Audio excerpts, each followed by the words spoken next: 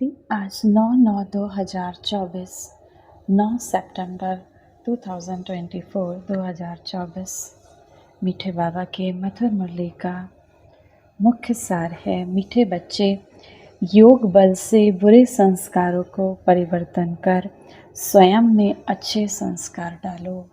योग के बल से शिव बाबा की याद से अपने बुरे संस्कारों को चेंज कर परिवर्तन कर स्वयं में अच्छे संस्कारों को धारण करो।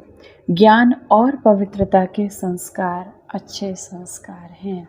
ज्ञान के और पवित्रता के संस्कार अच्छे संस्कार हैं। प्रश्न है, तुम बच्चों का बर्थ राइट कौन सा है?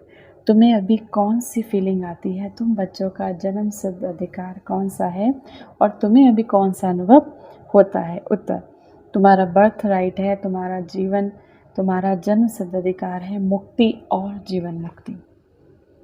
तुम्हें जब ये फीलिंग आती है कि हमें शिव बाबा के साथ वापस घर जाना है, हम आत्माओं का घर, शांति धाम, मुक्ति धाम, जिसको हम परम धाम के नाम से पुकारते हैं, बाबा हमें उस शांति धाम बाबा के साथ जाना है। तुम जानते हो शिव बाबा आए हमको भक्ति का फल, मुक्ति और जीवन मुक्ति देने। जीवन मुक्ति धाम माना हमारा सतयुग। तो सतयुग में जीवन मुक्ति धाम इसीलिए कहा गया, वहाँ पे अकाले मृत्यु नहीं होती। जैसे कलयुग में किसी की मृत्यु का पता नहीं होता, ऐसे सतयुग में नहीं होता। सतयुग में अकाल मृत्यु किसी की नहीं होती। सब अपनी इच्छा से जब पूरा उनका जीवन काल हो जाता है, कम से कम उनकी आयु 150 वर्ष रहती है, जब वो पूरी हो जाती है तो स्वतः ही स्व इच्छा से शरीर त्याग कर दूसरा जन्म लेते हैं। तो सतयुग को ही इसीलिए जीवन मुक्ति धाम कहा गया। तो बाबा हमें भक्ति का फल देने, मुक्ति और जीवन मुक्ति धाम देने आए हैं। अभी हम सबको शांति धाम या मुक्ति धाम, परम धाम कह सकते हैं, जाना है।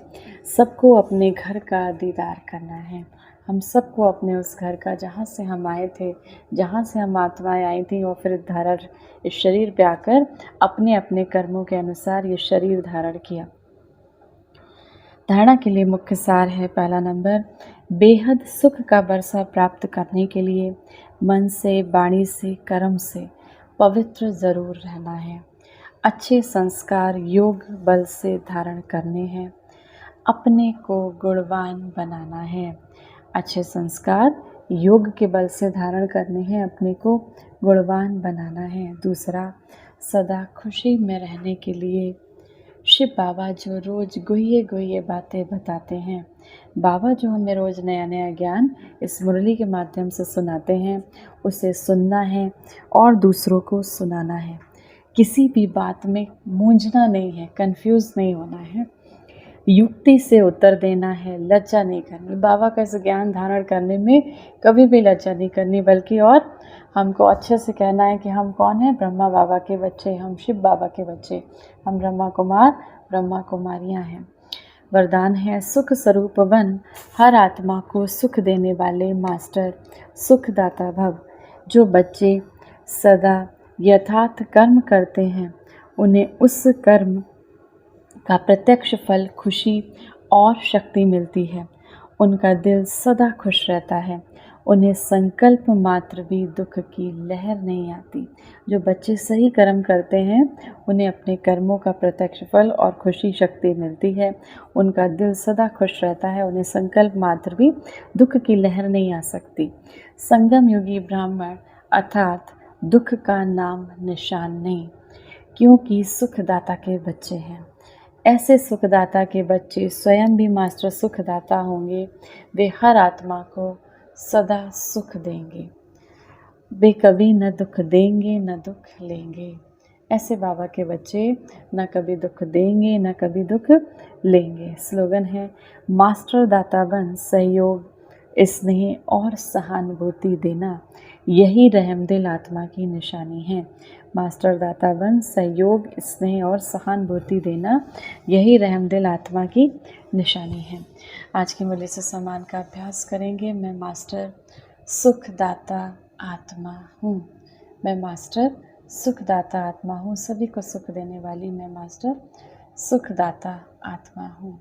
1 मिनट के लिए सुख के सागर परमपिता परमात्मा शिव बाबा की याद में अपने मन बुद्धि को स्थिर करेंगे। मैं आत्मा इस देह में अवतरित एक उड़ता पंछी, एक दिव्य आत्मा हूँ।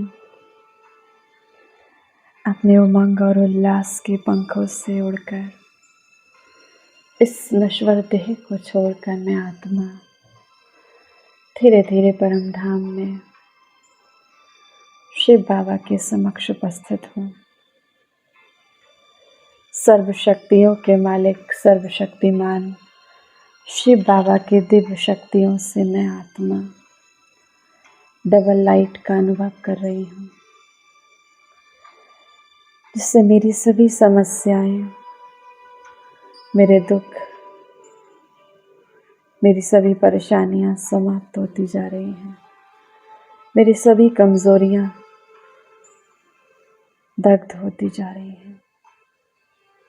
मैं आत्मा शक्तिशाली बनकर हर परिस्थिति को आसानी से निभा रही हूँ। मैं हल्केपन का अनुभव कर रही हूँ। मेरे शक्तिशाली प्रकंपन से मेरे और इस पूरे संसार के समस्त विघ्न समाप्त होते जा रहे हैं। संसार की सभी आत्माएं ईश्वरीय शक्तियों का अनुभव कर रही हैं। मैं आत्मा इस संसार के सर्व आकर्षणों से उपराम बन चुकी हूँ।